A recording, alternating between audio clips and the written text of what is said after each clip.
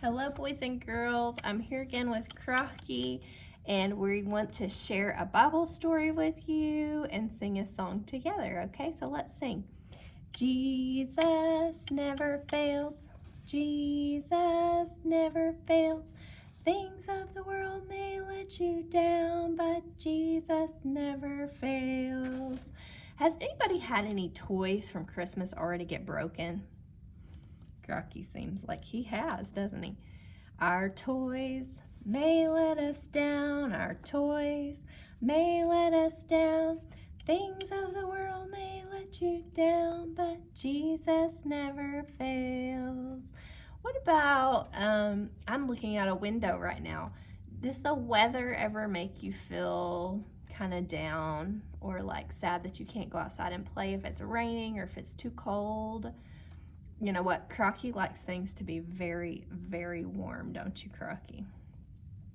The weather may let us down. The weather may let us down. Things of the world may let you down, but Jesus never fails. Jesus never fails.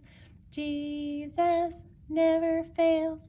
Things of the world may let you down, but Jesus never fails. I wanted to sing that today because we are reading Bible stories about Jesus. And last week we read about Jesus at the temple when he was still very young.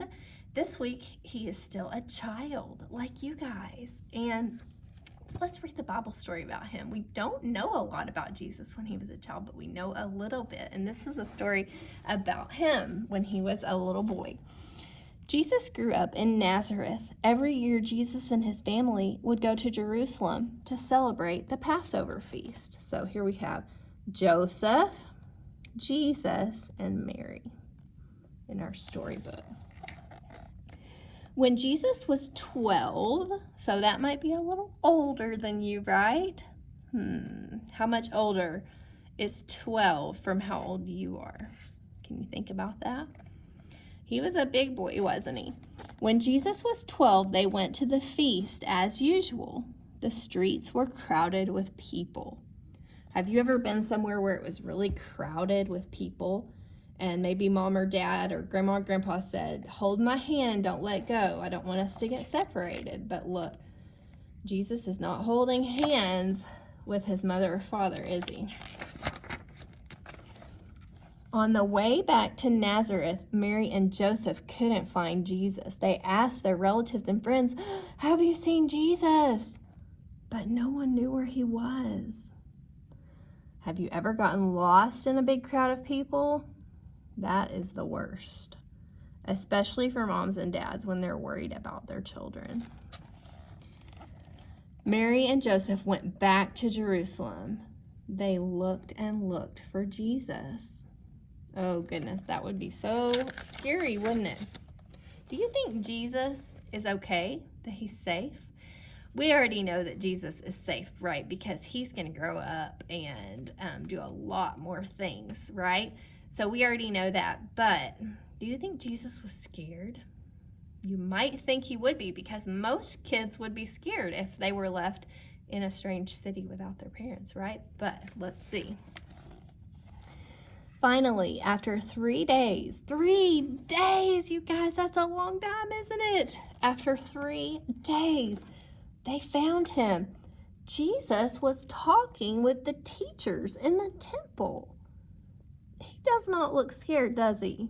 He looks very comfortable and happy, doesn't he?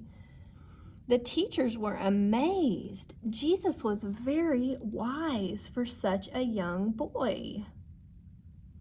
Wow, we know Jesus is very special, don't we? Mary and Joseph rushed to Jesus. "We were so worried about you," said Mary. Of course. Jesus knew that God was his Father, and he said, "I had to come to my Father's house," which was the temple. He loved and obeyed his parents too, so he returned home with them and grew stronger and wiser. He's saying goodbye to the teachers in the temple and going with his parents, right? So that's an interesting story about Jesus when he was growing up. That just like can happen to some of us sometimes, and hopefully not, and hopefully definitely not more than once, but getting separated from your parents can be really scary. But Jesus wasn't scared because he already knew that God was his father.